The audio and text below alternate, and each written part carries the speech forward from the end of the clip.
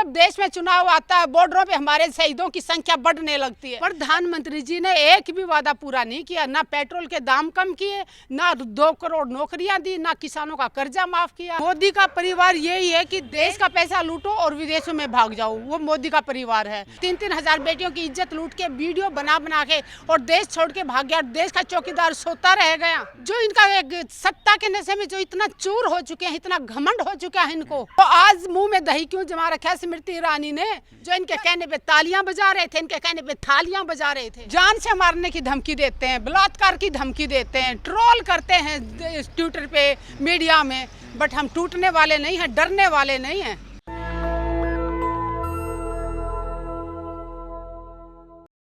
चुनाव चल रहे हैं देश में और 2 चरणों का मतदान समाप्त हो चुका है। मोदी जी कह रहे हैं कि 400 पार होगा। 135 करोड़ की जो जनता है उनका परिवार है।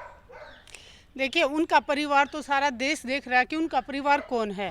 उनका परिवार है कुलदीप सेंगर, उनका परिवार है बृजभूषण सिंह, उनका परिवार है जो अभी कर्नाटका में हुआ, जो करीब 3000 लड़कियों के साथ बलात्कार किया। मोदी का परिवार सिर्फ और सिर्फ वो है। देश की सभी महिलाओं से कहना चाहूँगी जो उस पार्टी से, बीजेपी पार्टी से जुड़ी हैं, उन महिलाओं को कहना चाहूँगी, क्या उनकी बेटियों का नंबर आएगा तब वो जागेंगी? क्या उन लोगों को दिखाई नहीं दे रहा उनकी पार्टी का नेता और वो 3-3 हजार लड़कियों का बलात्कार करता है, उनके वीडियो बनाता है और फिर आराम से भाग जाता है। मोदी का परिवार यही है कि देश लूटो, जैसे कि आपने ललित मोदी, नीरव मोदी सबको देखा होगा, विजय माल्या को देखा होगा, देश का पैसा लूटो और विदेशों में भाग जाओ, वो मोदी का परिवार है। दूसरा मोदी का परिवार है बलात्कार करो और दूसरे देश में भाग जाओ, उनको सजा नहीं होनी चाहिए। बृजभूषण के लिए इतना आवाज़ उठाई बेटियों ने, बेटियों को तो घसीटा गया इसी जंतर मंतर रोड पे। आप कह रहे हैं कि मोदी जी का परिवार ये है, लेकिन वहाँ तो कर्नाटक की पुलिस है, कांग्रेस की सरकार है ना वहाँ, तो वो भाग कैसे गए राज्य से? मैं कह रही हूँ केंद्र में सरकार बैठी है, जिसका मुखिया भगाने में मदद करेगा तो केंद्र में बैठे लोग, जो केंद्र में भगाने वाले लोग मदद करने वाले होंगे तो राज्यों में बैठे लोग कुछ नहीं कर पाते। तो मैं पूछना चाहती हूँ कि किसानों के अगर कर्जा, किसान एक लाख कर्ज माफ लेता है और उसका कर्ज माफ नहीं, वो भरा नहीं जाता, तो उसका ट्रैक्टर उठा ले जाते हैं बैंक वाले भी। देश का पैसा लूटने वालों को आज तक पकड़ के नहीं ला पाई है, और अभी तो ये बलात्कार करके लड़कियों को, और वो भाग रहे हैं, देश की बेटियों की इज्जत लूट लूट के देश छोड़ के भाग रहे हैं। तो प्रधानमंत्री जी आप कहाँ सोए हैं? अपने आप को चौकीदार कह रहे हैं, तो मैं पूछना चाहती हूँ कि चौकीदार कहाँ है देश का, जो बेटियों की इज्जत लूट के, 3-3 हजार बेटियों की इज्जत लूट के वीडियो बना के और देश छोड़ के भाग गया, देश का चौकीदार सोता रह गया। नहीं, उनका तो कहना है कि हम मातृशक्ति को बचाने के लिए जान की बाजी तक लगा देंगे। आपने सुना होगा ये स्टेटमेंट। हमें जान नहीं चाहिए, हमें हमारी बेटियों का सम्मान चाहिए, बेटियों का मान चाहिए, जो ये मोदी सरकार नहीं दे पा रही है। और दुख इस बात का होता कि जहाँ जहाँ पे भी बलात्कार होते हैं, जहाँ जहाँ पे भी जब आरोपियों को नाम सामने आता, सबके तार कहीं ना कहीं बीजेपी सरकार से जुड़े हैं, और बहुतों के तो मोदी प्रधानमंत्री मोदी जी के साथ डायरेक्ट जुड़े हैं। दुख इस बात का होता कि देश का मुखिया ऐसे ऐसे लोगों के लिए वोट मांग रहा है। नहीं, आपने कहा कि जो महिलाओं से जुड़े जो अपराध होते हैं तो उनमें कहीं ना कहीं भाजपा के लोग जुड़े हुए हैं, लेकिन बृजभूषण सिंह का टिकट काट दिया गया है। उनके बेटे को दे दिया, परिवार में गया ना टिकट, अगर उनका काट दिया तो उनके बेटे को दे दिया। तो बाप की सजा बेटे को मिलनी चाहिए। क्या उन बेटियों को न्याय मिला? क्या वो साक्षी मलिक ने अपना खेल भी दांव पे लगा दिया? क्या उस साक्षी मलिक को न्याय मिला? देश पूछेगा आज नहीं तो कल। प्रधानमंत्री जी सदा कुर्सी पे नहीं रहने वाले। जो इनका एक सत्ता के नशे में जो इतना चूर हो चुके हैं, इतना घमंड हो चुका है इनको, ये ज्यादा दिन चलने वाला नहीं है। नहीं, वो तो कहते हैं कि जनता का आशीर्वाद मेरे साथ है, मैं जनता के लिए दिन रात जो है एक कर दूंगा, मैं जनता का सेवक हूँ, प्रधान सेवक हूँ। वो मैं कभी अपने आप को मालिक मानते ही नहीं। कौन सी जनता का सेवक? किस जनता के लिए क्या किया? देश के किसानों के ऊपर इनके मंत्री के बेटे गाड़ियां चढ़ा देते हैं और वो खुले घूम रहे हैं, उनको सजा नहीं दे पा रहे हैं। देश की बेटियों के साथ इनके नेता बलात्कार करते हैं और वो खुले घूम रहे हैं, उनको संसद में, बलात्कारियों को संसद में बिठा। सजा की एक प्रक्रिया है, ट्रायल होता है, फिर सजा होता है। ठीक है, मुकदमा दर्ज है, मामला चल रहा है। ये जो अभी 3000 लड़कियों का केस आया, वो कहाँ है लड़का, कहाँ है आरोपी? पूछ रही हूँ प्रधानमंत्री जी से, आरोपी कहाँ है? और प्रधानमंत्री जी उसके लिए वोट मांग रहे थे, तो क्या प्रधानमंत्री जी उसको ला के अभी जेल के अंदर नहीं डलवा सकते? ये बात तो कल तक किसी को भी पता नहीं थी ना, तो फिर मोदी जी को कैसे पता होता कि भाई इसने जो है 28 महिलाओं के साथ ऐसा किया है? कल तक तो, एक हफ्ते पहले तक तो ये पूरी मीडिया भी कोई नहीं जान रही अब थी। पता चल गया।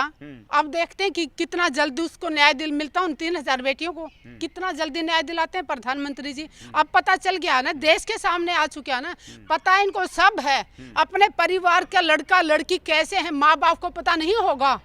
आपके साथ काम करने वाले, दिन रात आपके साथ रहने वाले क्या कर रहे हैं आपको पता नहीं होगा। पता इनको सब है। जब वो मीडिया में जनता के सामने आ गया तब ये मुंह बंद करके बैठे हुए हैं। स्मृति ईरानी से पूछना चाहती हूँ, एक बेटी का तब बलात्कार हुआ था तो संसद के अंदर वो चिल्ला रही थी, तो आज मुंह में दही क्यों जमा रखा है स्मृति ईरानी ने? क्या 3000 बेटियों का बलात्कार हुआ स्मृति ईरानी को दिखाई नहीं दे रहा? मैं पूछना चाह रही हूँ कि सत्ता के नशे में या सत्ता के इतनी गुलाम है वो? एक महिला होके, बाल विकास मंत्री होके वो चुप क्यों बैठी हैं? त्याग दे अपनी कुर्सी को। आप कह रहे हैं कि मोदी जी सत्ता के नशे में चूर हैं, लेकिन जो सबसे बड़ी बात आ रही कि उन्होंने भ्रष्टाचारियों पे कार्रवाई की है। उन्होंने कहा है कि दिल्ली में अगर आप होर्डिंग बोर्ड देखें तो उनका कहना है कि हम कहते हैं भ्रष्टाचारियों को हटाओ और कांग्रेस कहती है कि भ्रष्टाचारियों को लाओ। प्रधानमंत्री जी ने जिस जिस को भ्रष्टाचारी बोला, जिस जिसके ऊपर घोटालों के इल्जाम लगाए, आज वो सारे के सारे लोग लिस्ट निकाल के देख लीजिए, जिन जिन के ऊपर प्रधानमंत्री जी ने या बीजेपी सरकार के मंत्रियों ने जिनके ऊपर आरोप लगाए थे, वो कांग्रेस पार्टी से निकल निकल के आज सारे वो बीजेपी सरकार के अंदर बैठे हुए हैं। तो क्या बीजेपी सरकार में जाते वो दूध के धुले हो जाते हैं? आदर्श घोटाले में चौहान का जब नाम लिया था तब वो बहुत बड़ा अपराधी था, बहुत बड़ा घोटालेबाज था। अब वो बीजेपी सरकार में बैठा तो वो दूध का धुला हो गया। मतलब ईडी का छापा मारते हैं और ईडी का अगर वो उनको खूब सारा पैसा दे देती है कंपनी इनको, तो उस कंपनी से वो दूध की धुली हो जाती है। तो प्रधानमंत्री जी, गुमराह करना देश की जनता को बंद कीजिए। वो थोड़े से लोग थे जो इनके कहने पे तालियां बजा रहे थे, इनके कहने पे थालियां बजा रहे थे। पढ़े लिखे लोग और जो बाहर निकले हैं, घरों से बाहर निकलने वाले लोग प्रधानमंत्री जी के झांसे में आने वाले नहीं हैं। एक बार आ चुके, कुछ 2 बार आ चुके, तीसरी बार इनके झांसे में आने वाले नहीं है लोग अभी। नहीं, मोदी जी कह रहे हैं कि राहुल जी जो है डर गए हैं, अमेठी से भाग गए हैं, रायबरेली चले गए हैं। दूसरी एक बात ये भी आ रही है कि अमेठी से रायबरेली, अमेठी से वायनाड गए, वायनाड से रायबरेली आए हैं और रायबरेली से सीधे इटली जाएंगे। देखिए, वो राहुल गांधी के लिए बोल रहे हैं। राहुल गांधी से आप इसका जवाब मांगिए, राहुल गांधी जी जवाब दे पाएंगे इसका। मैं ये कहूँगी, मैं एक किसान की बेटी हूँ और एक सैनिक की पत्नी हूँ। हम प्रधानमंत्री जी से डरने वाले नहीं हैं। जितना भी है जोर लगा ले, जान से मारने की धमकी देते हैं, बलात्कार की धमकी देते हैं, ट्रोल करते हैं ट्विटर पे, मीडिया में, बट हम टूटने वाले नहीं हैं, डरने वाले नहीं हैं। पर सेना के साथ तो वो हर साल दिवाली मनाते हैं। सेना में हर समय उन्होंने सेना का सम्मान किया है। सेना को पुलवामा के शहीदों को न्याय मिला? पुलवामा में जिन्होंने अपने सिंदूर को गवाया, क्या उन बहनों को न्याय मिला? जिन्होंने अपने भाई को खोया, क्या उन बहनों को न्याय मिला? क्यों नहीं प्रधानमंत्री जी पुलवामा की सच्चाई देश के सामने ला रहे हैं? हम हमेशा कहते हैं कि जब जब देश में चुनाव आता है, बॉर्डरों पे हमारे शहीदों की संख्या बढ़ने लगती है। एक डर लगने लगता है कि जब जब चुनाव आएगा तो देश के से ही हमारे जवानों की जान खतरे में आ जाती है। कौन से जवानों की रक्षा कर रहे हैं प्रधानमंत्री जी? कहाँ पे प्रधानमंत्री जी से मैं पूछना चाहती हूँ कि ना आप देश के सैनिकों के हुए, ना देश के किसानों के हुए, ना देश की पहलवान बेटियों के साथ हुए। उन बेटियों को जिन्होंने अपनी बेटियों, इन्होंने कहा था कि ये बेटियां तो मेरे परिवार का हिस्सा हैं, उन बेटियों को यहाँ नोचा गया, घसीटा गया, बाल खींच खींच के, तब भी प्रधानमंत्री के मुँह से एक शब्द नहीं निकला। मणिपुर में नंगी करके बेटियों को घुमाया गया, प्रधानमंत्री के मुंह से एक शब्द नहीं निकला। किन बेटियों की बात कर रहे हैं प्रधानमंत्री जी? शर्म आनी चाहिए प्रधानमंत्री जी। अगर टाइम मिले 1 मिनट का तो अपने दिल से पूछना कि क्या आप जो कर रहे हो क्या वो देश हित में है? भाजपा के लोग कह रहे हैं कि उत्तर पूर्व का दौरा जितना प्रधानमंत्री मोदी ने किया है उतना 70 सालों में पूरे प्रधानमंत्रियों ने मिलकर नहीं किया होगा। मैं पूछना चाह रही हूँ प्रधानमंत्री जी, जहाँ जहाँ देश में आग लगी हुई है वहाँ क्यों नहीं जा रहे हैं? जहाँ देश के लोगों को जरूरत है, जहाँ की जनता चीख चीख के बोल रही है कि प्रधानमंत्री जी आइए हमारे राज्य में और बचा लीजिए हमारे राज्यों को, प्रधानमंत्री जी को वहाँ जाने से कौन रोक रहा है? मैं पूछ रही हूँ। प्रधानमंत्री जी सिर्फ और सिर्फ भाषणों में बेटियों की बातें करते हैं, भाषणों में जवानों की बातें करते हैं, भाषणों में किसानों की बातें करते हैं। जमीन पे किसी का भला नहीं चाहते। एक भी वर्ग सामने आके बता दें, सिर्फ उद्योगपतियों को छोड़ के देश में कोई भी एक वर्ग आके ये कहे कि प्रधानमंत्री जी ने उनके हकों के लिए कुछ अच्छा काम किया है। एक भी काम गिना दे प्रधानमंत्री। सेना के को लेकर आपने भी बात कही, लेकिन सेना पे जब हमला हुआ, जब भारत देश में हमला, तो उन्होंने एयर स्ट्राइक भी किया, सर्जिकल स्ट्राइक भी किया है। 1971 में पाकिस्तान के 2 टुकड़े हुए, वो भी प्रधानमंत्री जी एक दिन कह देंगे वो मैंने कराए थे, वो भी प्रधानमंत्री जी से ले लेंगे। प्रधानमंत्री जी से यही कहना चाहूँगी कि पुलवामा की सही से जांच कराए, जो आरोपी हैं उनको देश के सामने लाए, उनको सलाखों के पीछे भेजा जाए। पहलवान बेटियों के जो अपराधी हैं उन पहलवान बेटियों को न्याय दिया जाए। यही कहना चाहूँगी कि प्रधानमंत्री जी भाषण से काम नहीं चल रहा। आप कह रहे हैं कि महिलाओं के मुद्दे पे जो है मोदी सरकार ने काम नहीं किया है, लेकिन एमपी में देखिए लाडली बहन योजना है, बेटी पढ़ाओ बेटी बचाओ योजना है, फिर मुद्रा योजना है, और भी बहुत सारी जो सरकारी योजनाएं चलाई। गिनती मत कीजिए, योजनाओं के थ्रू ही तो सरकार काम करती है। योजनाओं की गिनती करोगे तो आपको लिस्ट में कहूँगी कि आप ये गिन भी नहीं पाएंगे कि प्रधानमंत्री जी ने इतनी सारी योजनाएं लागू की है, बट उसमें ग्राउंड पे कहाँ पे लागू हुई, ग्राउंड पे कहाँ लागू हुई। प्रधानमंत्री जी एक तरफ कहते हैं बेटी बचाओ बेटी पढ़ाओ, दूसरी तरफ सारे सरकारी स्कूल बंद किए जा रहे हैं, तो बेटियां कहाँ पढ़ेंगी। जो प्राइवेट स्कूलों वाले हैं वो मुंह मांगी फीस मांगते हैं। गरीब अपने बच्चों को स्कूल में भेज पाएगा, प्राइवेट स्कूल की फीस दे पाएगा। 5 स्टार होटल जैसे बना रखे हैं हॉस्पिटल, और सरकारी हॉस्पिटल अभी धीरे धीरे। अब मैं प्रधानमंत्री से एक ही बात पूछ रही हूँ, कितने स्कूल खोले बेटियों के लिए, कितने स्कूल खोले, कितने हॉस्पिटल खोले हमारे बीमार भाइयों के लिए इलाज के लिए, कितनी यूनिवर्सिटी बनाई। कागजों में तो बहुत सारे, उनके टाइम पे एम्स तो खोले ही गए हैं, पूरे देश में जो है एम्स की शाखाएं और बढ़ी गई है। हमें भी दिखा दीजिए ना कहाँ पे खोला, ताकि हम गरीब लोगों को बता पाएं कि वहाँ जाके अपना इलाज कर पाएं।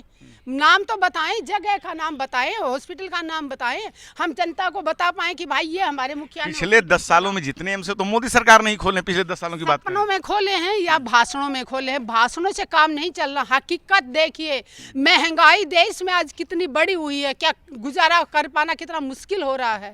पेट्रोल डीजल के भाव देखिए आप कितने बढ़े हुए हैं। प्रधानमंत्री जी ने एक भी वादा पूरा नहीं किया, ना पेट्रोल के दाम कम किए, ना 2 करोड़ नौकरियां दी, ना किसानों का कर्जा माफ किया, ना युवाओं को नौकरियां दी। युवाओं को तो बेरोजगार करके, यहाँ तक कि देश की सेनाओं को इन्होंने भाड़े पे लाके छोड़ दिया है। अग्निपथ योजना जो लाए हैं वो देश हित में बिल्कुल नहीं है। आज पूरा देश नहीं जागेगा तो आने वाले समय में देश गुलामी की तरफ जा रहा है। आपने अभी एक बात कही कि निजीकरण कर रहे हैं, सरकारी स्कूल बंद हो रहे हैं, लेकिन अगर सरकारी स्कूल ठीक से काम नहीं करेंगे, उसमें जो काम करने की जो दक्षता होती है वो सही नहीं है, तो सरकार का तर्क ही उसमें सही से काम नहीं होता है। इस कारण जो है निजीकरण को बढ़ावा दिया जाए। कहीं काम नहीं हो उसी को बंद कर दो। अरे उसमें सुधार करने की जरूरत है। अगर कांग्रेस सरकार को छोड़ के देश की जनता प्रधानमंत्री को कुर्सी पे बिठाया है, मोदी जी को कुर्सी पे बिठाया है, तो स्कूलों में सुधार क्यों नहीं किया, क्यों नहीं किया। अगर कांग्रेस ने स्कूलों की हालात खराब कर रखी थी तो प्रधानमंत्री मोदी जी से पूछना चाहती हूँ, कितने सरकारी स्कूलों में इन्होंने पूरा स्टाफ भरा, बताइए। जानबूझ के ये सरकारी स्कूलों में स्टाफ को कम करते हैं, और जब स्टाफ कम होता है तो लोग कहते हैं कि हमारे बच्चे पढ़े कैसे, वहाँ मास्टर मास्टरनी है ही नहीं, तो मजबूरी में आके लोग अपने बच्चों को सरकारी स्कूल से निकालते हैं। उसके बाद इनको मौका मिल जाता है, अरे यहाँ तो बच्चे ही नहीं हैं, तो हम सरकारी स्कूल का रख के क्या करेंगे, तो बंद कर देंगे। ये एक इनकी सोची समझी साजिश है। जैसे BSNL को इन्होंने बर्बाद किया था, जियो को लाया था, लोगों के घरों तक फ्री में पहुंचाया, गरीब से गरीब आदमी के हाथ में जियो आ गया था, फोन आ गया था कि फ्री है। आज देखा जियो का कितनी हालत कर रखी है। और आने वाले समय में अभी 2-3 और है, वोडाफोन है या एयरटेल है, एक टाइम आएगा ये दोनों जिस दिन बंद हो जाएंगे, ये जियो की कंपनी आपको 2000 से नीचे रिचार्ज नहीं करेगी, आपको मजबूर कर देगी। या तो आप 2000 का रिचार्ज कराएं या बिना फोन के रहें, ये आपको आदत डाल। आप सरकार पे हमला कर रही है, लेकिन देश की जो अर्थव्यवस्था है पूरे विश्व में मोदी जी के शासनकाल में 5वें नंबर पे पहुंची है। ये एक सरकारी आंकड़ा है, पूरे विश्व का आंकड़ा है। गरीबी में देश कौन से नंबर पे पहुंचा, बेरोजगारी में देश कौन से नंबर पे पहुंचा, बेटियों के शोषण में देश कौन से नंबर पे पहुंचा, ये भी तो बताए प्रधानमंत्री जी। प्रधानमंत्री जी आने के बाद बेटियों के साथ जितना शोषण हुआ है, आंकड़े उठा के देख लीजिए आप। सबसे ज्यादा यूपी से तो इतना बुरा हाल हो रखा है। एक तरफ योगी जी कहते हैं कि कोई बेटियों को छेड़ेगा तो अगले चौराहे पे यमराज मिलेगा, दूसरा हर रोज बेटियों के साथ हजारों केस आ रहे हैं, और करने वाले कौन है? इन्हीं के पार्टी के लोग। तो ये बच्चे भाषण में तो ये कहते हैं बट बचाते नहीं, क्योंकि इन्हीं के बच्चे उसी में घुसे हुए हैं, अपराध में घुसे हुए हैं। नेशनल दस्तक की आपसे गुजारिश है कि अगर इसको बचाना चाहते हैं तो नेशनल दस्तक को सब्सक्राइब करने के लिए रेड कलर के सब्सक्राइब बटन को दबाएं, फिर बेल आइकन की घंटी दबाएं। नेशनल दस्तक को बचाने के लिए बहुत जरूरी है कि हर खबर को शेयर करें, लाइक करें, कमेंट जरूर करें।